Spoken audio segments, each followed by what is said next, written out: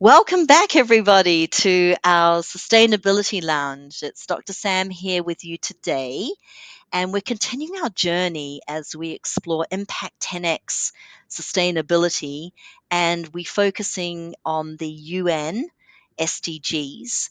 And today we have a very special guest, the co-founder of Earth Guardians, Andrew Robinson. And Andrew's here with us today to really give us a inspirational, I would say, journey because we're focusing on sustainability, biodiversity, conservation, all those top of mind topics that you love to chat about, Andrew. And being a co-founder yourself of this amazing work that's going on with Earth Guardians, and as I've mentioned, I see you as the quantum experience of conservation and biodiversity. And as you talk about that super system, you've been there and you've done that since 2015, and it's very amazing to see the journey and a really impressive startup portfolio of the bio expertise engine, the Questa game, the BioSmart, and Earth Guardians, the AR experience. And then I'm seeing this new platform coming up on IndigiQuest, and just excited to learn more from you. I feel very fortunate because I've had the opportunity to talk to you about being in the nature capital of the world, where I am positioned here in the JCU Ideas Lab. And I feel really honored to think about I am in a very unique city where we have two UNESCO sites, right? Two World Heritage sites, the Mm. Great Barrier Reef and obviously the World Heritage Rainforest, the Daintree Rainforest. And you've always said to me, Sam, you are in the nature capital of the world. And I'd like to start off on that realization that you really gave to me. So thank you, Andrew, Oh, and, that's and great. over to you. Oh, that's great. I'm glad that that opened your eyes to that because it was something new to me as well. The idea that the nature capital, the natural capital globally is $140 trillion of asset value, largely undervalued, unappreciated. So the land value of what when we're up in Cairns, that land value is technically from a biodiversity and from a natural capital perspective higher than New York City or the surrounds of New York because it just does not have that natural capital. But as you know, that's not the case when you're buying a property. The cost is going to be much higher in New York or San Francisco. And what we're looking at is this huge opportunity here. Well, that means that Cairns and that region is completely undervalued. And how can we tap into that? There's this untapped resource there that we realized we can start commercializing. Excellent. And I know that there's been a lot of talk around and success around the bio token and what's happening in that space, and that's just super exciting. Yeah. Can you give us a little bit more Sure. on that? Yeah, so the biotoken is to do exactly that. It's to create the economy for that untapped asset value. The thing to keep in mind with biodiversity and the biodiversity crisis, because it's estimated we're losing about 150 species every day, and Australia is particularly bad. So the thing to keep in mind is that the biodiversity crisis has two things. It's a crisis because there's a time constraint. We're losing so much every day. We can't afford to not take action to sort of follow the status quo of the last 50 years. We can't do that anymore. We have to change the way we operate and the way we value the capital, the natural capital. Um, the other constraint that's there is a knowledge constraint.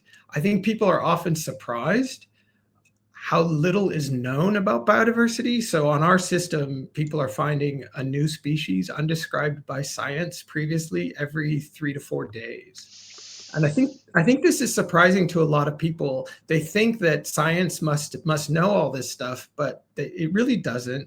Only about 20 to 25% of species on Earth have been described by science, have been studied, and this is a really important constraint to understand. So you've got the time issue, you've got the knowledge issue. We don't necessarily know what's being lost. I mean, imagine all this beautiful, all these life forms that we haven't even studied that could be curing cancer, have these amazing effects on our ability to survive on this planet that we don't even know about, that are disappearing, that are being lost, right? So the idea behind BioToken is, well, let's start putting a value on this so we take it seriously, that we act urgently, and that we treat biodiversity as the most valuable asset on Earth, which is what it is, right? So that's that's how that came about. Amazing. And when you talk about the bio tokens, can you talk to us about how that actual process works, and how, what happens? Sure. Yeah. So it comes back to those two constraints: the time and the expertise and knowledge. So anyone who has expertise or knowledge can add it to our system. So what our system is doing is it's getting people to submit data, and then that goes through a collective intelligence system. A bunch of people are on the system, experts from around the world, but also amateurs and just people who love to study nature and learn about it and show what they've learned. As you add expertise to the system, and you're saying like, oh, I can identify what that thing is. I've seen that grasshopper. I know what it's called. I understand its behavior. I know its value to nature, that kind of stuff. If you can put that in the system, you can earn the bio token. Think of it as kind of like mining Bitcoin, right? Mm-hmm. When you mine Bitcoin, your computer's running all these processes to solve a puzzle and get a little piece of that Bitcoin. And it takes a huge amount of grunt work from your computer system. Now imagine if your brain was doing the mining, right? Instead of solving a puzzle, you're actually adding expertise, which gets verified. And it says, yes, in fact, the community agrees with you. The experts are confirming that you are right, that it is that species. And yes, you've made that observation before, and so on. And it verifies that. And as it verifies that, you earn a bit of that bio token. And what that does is it creates an accurate map of the biodiversity in a particular region, wherever you are. And with that map, then we can create a digital twin. And with that digital twin, we can say, okay, here's the bioscore for that region, and it has this monetary value on the marketplace. Amazing. That's how it works. And then the speed, because it's an urgent problem, the more people we get collecting data, and the faster you can do this, and the faster you can add expertise, the more value you can earn. That's amazing. And I know we've talked a lot about return on investment and return on value. This to me sounds like return on nature, you know? Right. Right. Well, nature is the asset. So it's a return. Exactly. You're investing in nature, and you're getting return when nature improves, when the Yeah. biodiversity health recovers. Absolutely. And we've had some really interesting conversations with Professor Ian Atkinson, who's actually thinking, well, can we take that a step further and actually measure that impact through like microgrids, and how can we actually, quantify and verify, and I think it's amazing that it's going like in that direction as well.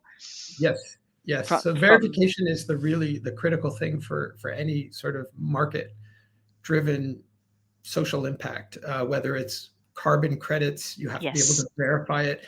And with biodiversity, it has to be verifiable. And that's why,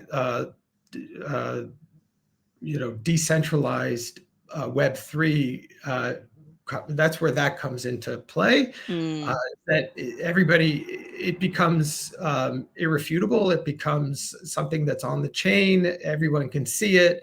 it's not just a group of people in a room declaring that something is valuable or not valuable. Everybody can see the process behind it. It's just perfectly transparent. So Transparent. there's no disagreement about it. Yeah, amazing. And I guess this speaks to your catch cry, which is raising the value of nature through innovative technology, right? And Yeah. and you're actually doing that. Just a quick question, because I know that everybody probably wants to ask this question to you. What has Mm. been like the most amazing species that has been discovered? What has been the most surprising? Uh, there have been quite a few in Australia, actually. There was Oh, wow. a new type of spider that had never been Ooh. studied, which was kind of cool because it's called it was named now the exclamation mark spider, because on the back it looks like it has an exclamation mark. Wow.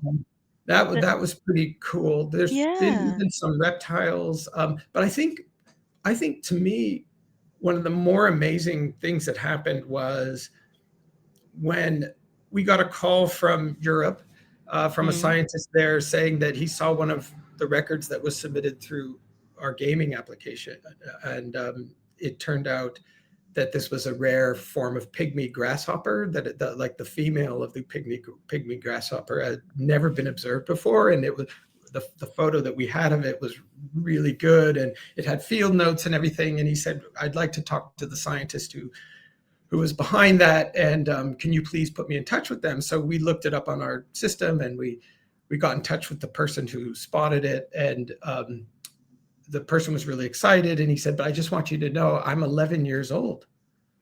It was Wow. an 11-year-old boy, a student in Queensland, actually, and Amazing.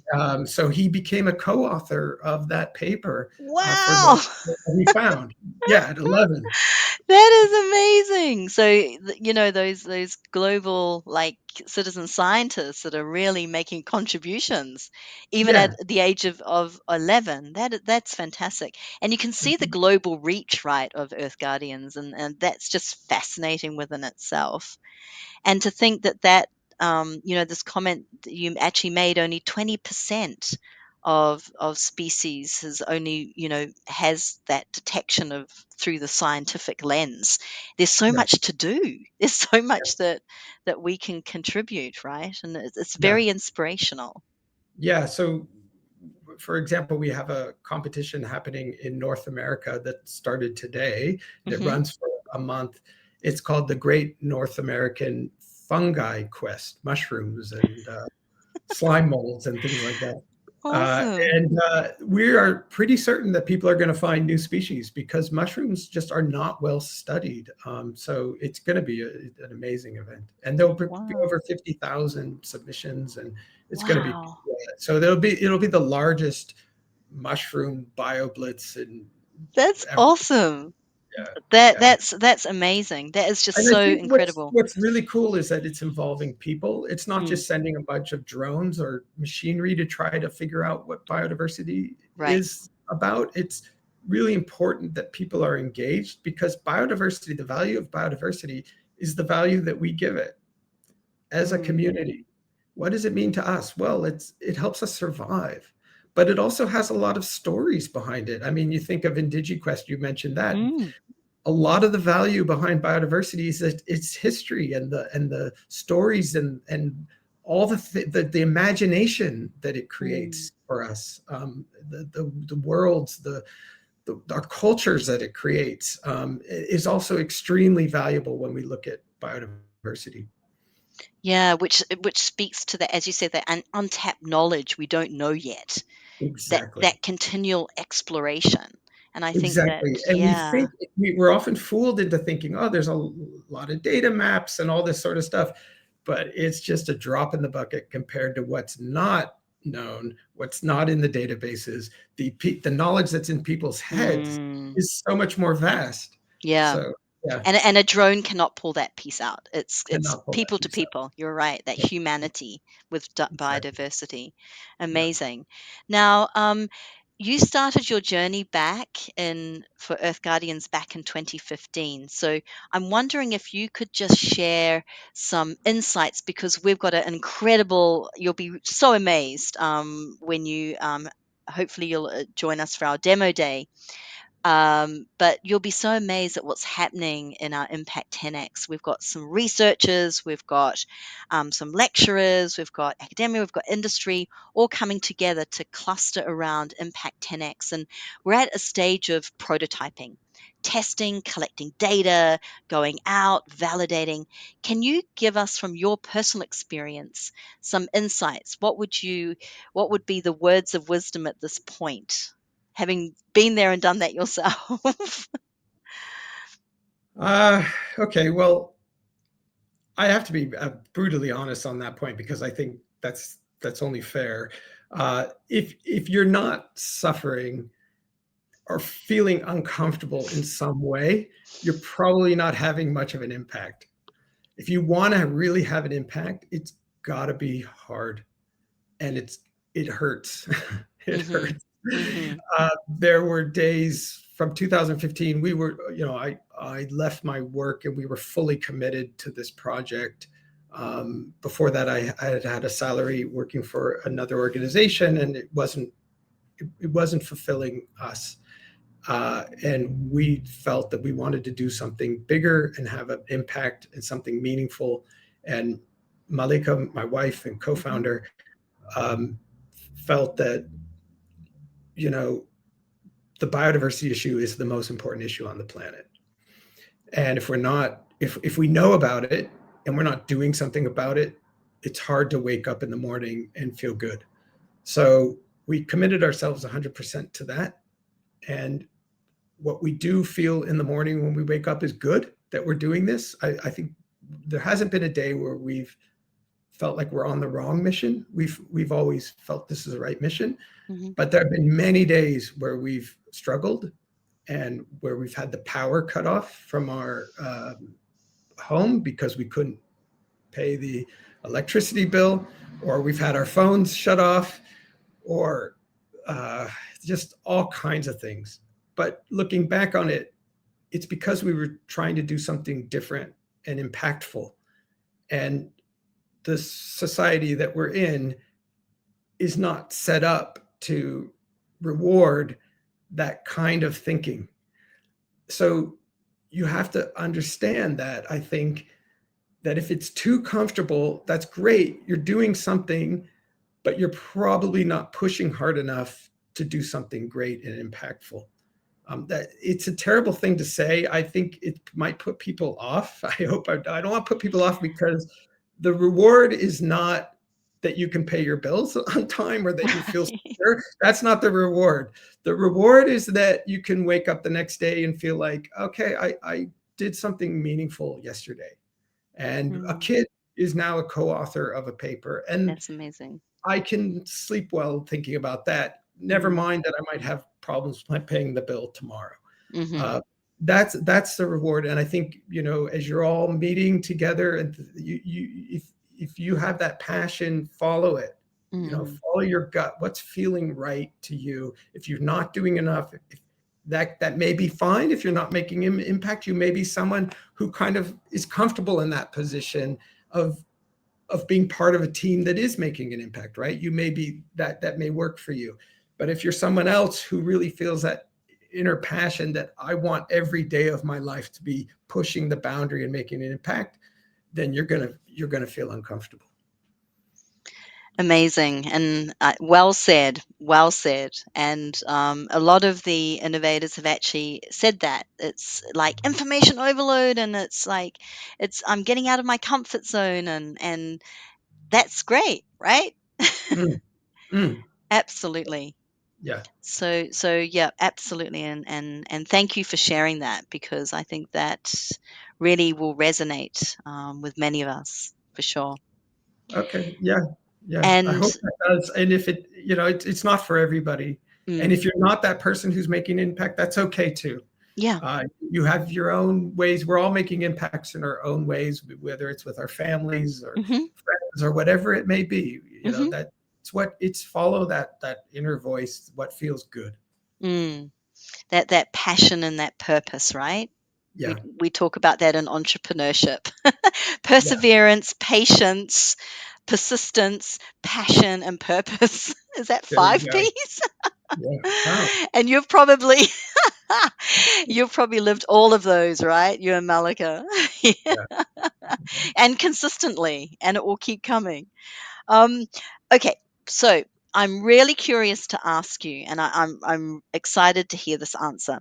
If you were to now think about all that, super system and that collective intelligence that you're building right now, and if you were to like do a quick 10 year trajectory, um, what would be your vision? What would you hope to see, but yeah, also what you are predicting, what that you mentioned Web3, right?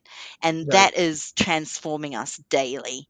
Um, if you were to sort of like trajectory into 10 years, yeah. what would that be? What do we need to be thinking about today for that?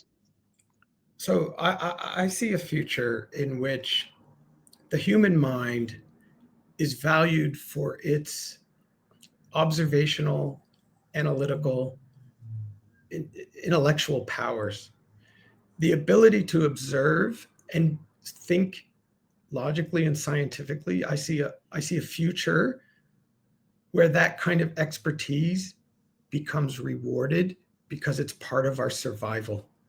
That we, people who know how to engage with nature in a sustainable way, the people who know how to live on this planet without destroying it, that and can actually grow food and support other people, that kind of expertise will be highly valued and will be something that each of us will be able to trade. So I see a point, so much, let me put it this way, so much of technology that's come out of Silicon Valley devalued the human mind. It actually dumbed a lot of us down because it was all about feeding uh, content that made us think less. There are all these human minds around the world that are underused. They are supercomputers in our skulls. They are so far more powerful than anything that's known in the universe. They are the resource of the future. They may be in remote parts of Africa, remote parts of South America. They are super powerful computing systems Mm, in people's skulls. And we are going to figure out that they are the most valuable resource on this planet that we never paid enough attention to. And people will, education and the ability to establish expertise through experiential knowledge will become a valuable asset that will allow each of us to survive and trade that knowledge back and forth in a way that we create an economy around it that is sustainable. That's the future I see. Now, I know there's a lot of forces working against that. There's artificial intelligence systems coming that see computer systems as being more powerful than the human brain. I don't believe that's going to happen. I think ultimately they will always fall short. I think the human imagination is just too incredible, too vast, and it is so central to everything that we are as humans mm. that it needs to become the economy and will become what shapes our behavior in the future. Does that make sense? I think I Yes. stumbled a few there trying to articulate it, It's but amazing. Yeah, yeah, no, and it goes back to your two core drivers, which you spoke about, was time and knowledge. It speaks directly to that, for sure. yeah, And yeah, absolutely. It reminds me of the book by professor from Harvard, Linda Hall, Collective Genius. So yeah, absolutely. And I think, uh, you and Mallika are just amazing founders, and you've got so much respect, and it's just amazing to be part of this Earth Guardians journey. It's amazing, and I feel very honored and blessed. Thank you, And Sam. this. That's really nice, but I should say the same about you, because you continually amaze me with all the stuff you're doing. Even Yeah, coming here into this bubble chat here, I bubble suddenly chat. learned all this stuff you were doing. It's like And endless research. it's that collective genius, as you've said. It's that, and I think, we started off our conversation about, the quantum experience of conservation. You've even broadened my mind further to even rephrase this to the quantum human experience. So I think that's right, and I I love think it. each of us has experiential expertise in Mm, our own niche. We started our collective intelligence journey working with housewives in India mm, for their knowledge about, especially about cooking. So their cooking expertise was unbelievable, so far beyond any sort of celebrity chef that you might meet, right? And yeah, um, and they've been cooking for 30 years, and they're chemists. They're like amazing chemists, right? And so everybody has expertise in something, and it's the ability to package it and trade it and be able to help other people, yeah, um, and collectively solve problems that we couldn't do that before this technology came about, but now we have mm, the ability to collectively solve problems. absolutely. And thank you so much. And what a great way to complete our critical conversation today. And wanted to thank you and also to Malika for all the great work you're doing. And we continue to follow you and continue to be inspired by Earth Guardians. So thank you so much, Andrew. And we Thank you, hope to Sam. invite you back Thank you, to and good our luck to demo the. day. I would love to see it, and good luck to the cohort. And you've got such a Thank wonderful you. person in Samantha. So great, Thank you so great. much. All the best to you all. Awesome. Thank you so much, Andrew.